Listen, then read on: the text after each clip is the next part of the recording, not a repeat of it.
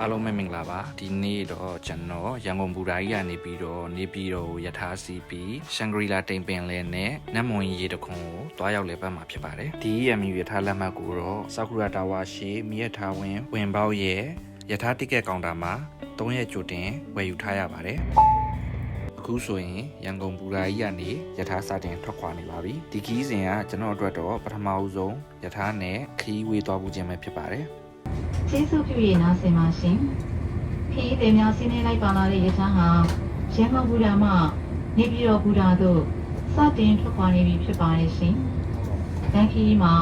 တိုးဆောင်လေးဘူရာမှာ3မိနစ်ပဲခူးဘူရာမှာ3မိနစ်ဖြူဘူရာမှာ3မိနစ်တောင်ငူဘူရာမှာ3မိနစ်နဲ့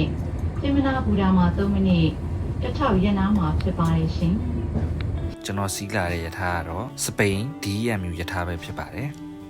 ခုနဆိုရင်ဒါယထာပေါ်မှာဘယ်ဘူရာတွေမှာသူတို့ရက်ပြီးမယ်ကြာချိန်ဘယ်လောက်ဆိုတာကို announce လုပ်သွားတာယထာ CP ခီးသွားမဲ့လူတွေအတွက်လည်းတော်တော်ကိုအဆင်ပြေပါတယ်အခုပဇွန်အောင်ဘူရာကိုကြော်လာတဲ့အချိန်မှာယထာရဲ့ speed test ကိုစစ်ကြည့်လိုက်တော့ကီလိုမီတာ60ပတ်ဝန်းကျင်နဲ့မောင်းနှင်နေတာကိုတွေ့ရပါတယ်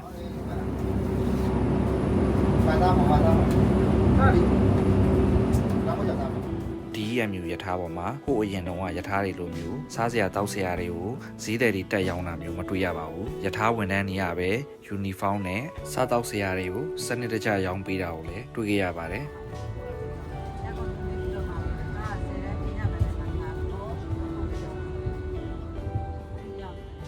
ကားနဲ့ခီးသွားတာတဲ့ဆိုင်ယထာနဲ့ခီးသွားရတာကဘေးပတ်ဝန်းကျင်ကရှုခင်းတွေကိုအခုလိုမျိုးမြင်ရတာကလည်းစိတ်ချမ်းသာစရာကောင်းပါတယ်ဒါကတော့ယထာမှာပါတဲ့တန်စင်ခန်းဖြစ်ပါတယ်တန်စင်ခန်းကလည်းတော်တော်ကိုတန့်ပြန့်ပြီးတော့တန်ရှင်းတည့်ရမှုကလည်းတော်တော်လေးကိုကောင်းပါတယ်ခင်ဗျာဖြူဘူရာကနေကြော်လာတဲ့အချိန်မှာကျွန်တော် speed test ကိုစစ်ကြည့်လိုက်တော့ကီလိုမီတာ65ပတ်ချာလေးနဲ့မောင်းနေတာကိုတွေ့ရပါတယ်အခုဆိုရင်တော့ယထာကတောင်ငူဘူရာကိုဝင်လာပါပြီ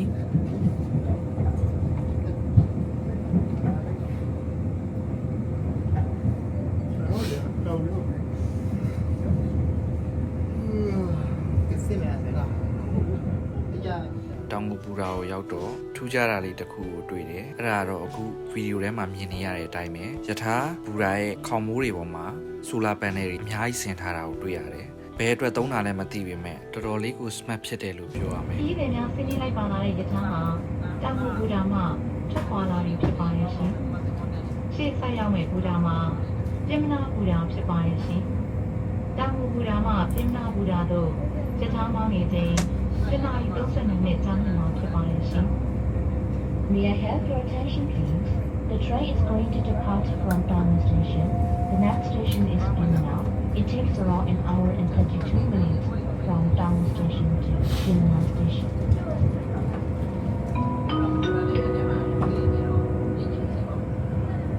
ကျွန်တော်အခုတောင်ငူရောက်တဲ့အချိန်မှာကျွန်တော်ရဲ့ပထမဆုံးခီးစဉ်ပလန်ကနေပြီးတော့ဘူရာကြီးမှာဆင်းဖို့အစီအစဉ်ထားတာပါဒါပေမဲ့ကျွန်တော်တဲမဲ့ဟိုတယ်ကဟိုတယ်ဇုံထဲမှာရှိတာဖြစ်တဲ့အတွက်ပြင်မနာဘူရာမှာပဲကျွန်တော်ဆင်းဖို့ဆုံးဖြတ်လိုက်ပါတယ်ပြင်မနာဘူရာကနေဟိုတယ်ဇုံကအနီးဆုံးဖြစ်ပါတယ်အခုမြင်တွေ့နေရတာကတော့ယထာဘောကနေလှမ်းမြင်ရတဲ့တောင်ငူမြို့ဝင်ရဲ့ဆိုင်းဘုတ်ပဲဖြစ်ပါတယ်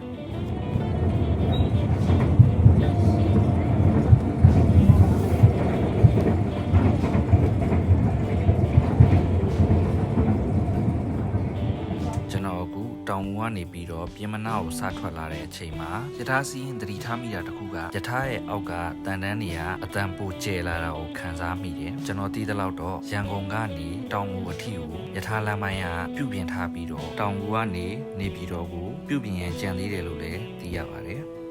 အခုဆိုရင်တော့ပြင်မနာဘူရာကိုရောက်ရှိလာပြီမို့လို့ကျွန်တော်ဒီဘူရာမှာပဲဆင်းရတော့မှာဖြစ်ပါတယ်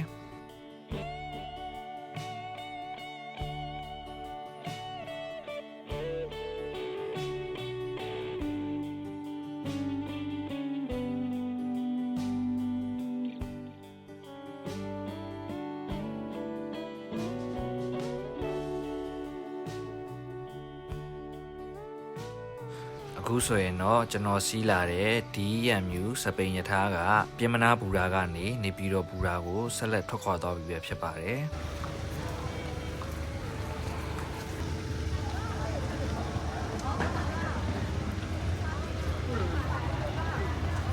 ရန်ကုန်ဘူရာကြီးကနေကျွန်တော်နေ့လယ်12နာရီထွက်လာတာအခုပြင်မနာဘူရာကိုရောက်တဲ့အချိန်မှာညနေ9နာရီရှိနေပါပြီအခုကျွန်တော်တဲမဲ့ဟိုတယ်ကိုဆက်သွားမှာဖြစ်ပါတယ်အခုဆိုရင်တော့ကျွန်တော်တဲမဲ့ဟိုတယ်ကိုရောက်ရှိပါပြီနေပြည်တော်လာတိုင်းကျွန်တော်တဲနေကြဟိုတယ်ကမန်းမြန်မာမှာတဲဖြစ်ပါတယ်ဒီတစ်ခါတော့မန်းမြန်မာမှာဘူကင်မရလို့ကျွန်တော် Sky Palace Hotel မှာပဲတဲဖြစ်ပါတယ်ခင်ဗျာအခုဆိုရင်တော့မနက်4နာရီခွဲရှိပါပြီစစ်စေးဂိတ်တွေဖြတ်ရမှာမဟုတ်လို့ကျွန်တော်ဟိုတယ်မှာမှတ်ပုံတင်ကိုခဏတောင်းယူပြီးတော့တိမ်ပင်လေကိုဆက်သွားမှာဖြစ်ပါတယ်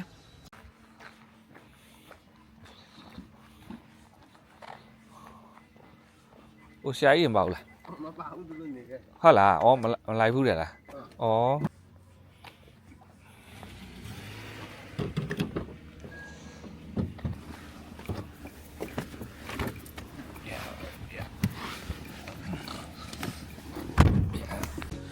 ခုဆိုရင်တော့ကျွန်တော်ရှန်ဂရီလာတိမ်ပင်လေကိုစသွားနေပါပြီတိမ်ပင်လေကိုသွားဖို့အတွက်နေပြည်တော်ကနေပြီးတော့တက်ကုန်းနာမရောက်ခင်ကန်းသာလမ်းခွဲကနေပြီးတော့ရှန်ဂရီလာတိမ်ပင်လေကိုဆက်သွားမှာဖြစ်ပါတယ်ကားမောင်းချိန်အနေနဲ့ကတော့2နာရီနီးပါးလောက်မောင်းရမယ်လို့သိရပါတယ်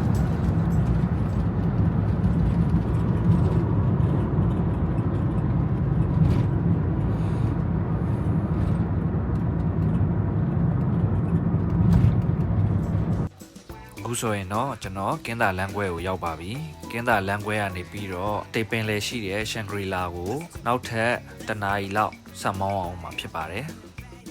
ဒီလမ်းခွဲကနေစပြီးတော့လမ်းကတော့ခုနကလမ်းလောက်မကောင်းတော့ပါဘူးတောင်စင်းတောင်တက်တွေလည်းတွေ့ရတော့မှာဖြစ်ပါတယ်ဒီလမ်းကမနက်အစောကြီးမို့လို့ကြောင့်ထင်တယ်လူသွားလာနေတာကိုလည်းတွေ့ရပါတယ်မိုးလင်းစာပြုတ်နေပြီမို့ကောင်းငင်မှာတရိပ်တွေကလည်းရောင်နေတန်းနေပါပြီ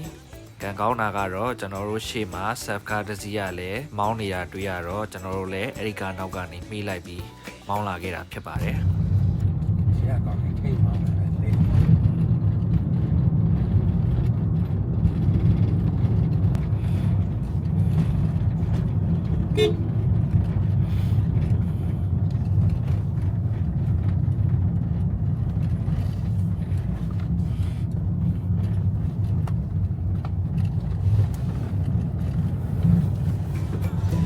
ကျွန်တော်တို့စောစောထွက်လာပြီမဲ့လေလမ်းမှာလမ်းပြင်နေရတွေရှိလို့ကားကထိမောင်းနေရတာဖြစ်တဲ့အတွက်နည်းနည်းတော့နောက်ကျနေပြီထင်ပါတယ်ရှေ့မှာလည်းနေကထွက်နေတာကိုတွေ့နေရပါပြီဒါပေမဲ့လည်းကျွန်တော်တို့စူးစမ်းပြီးတော့သွားနေပါတယ်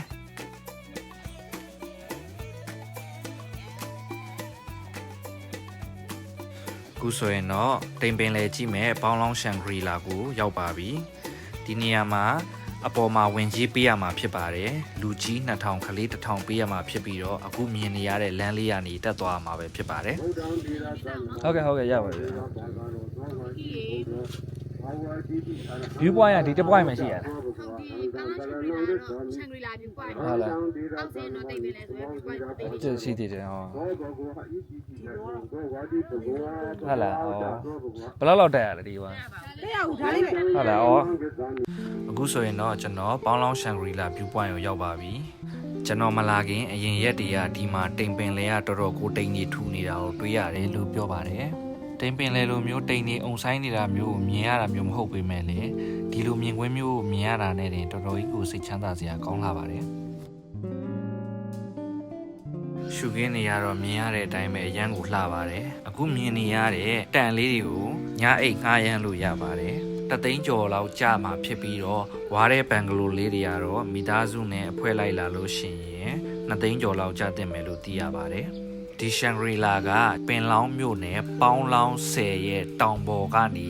မြင်နေရတဲ့ view ပဲဖြစ်ပါတယ်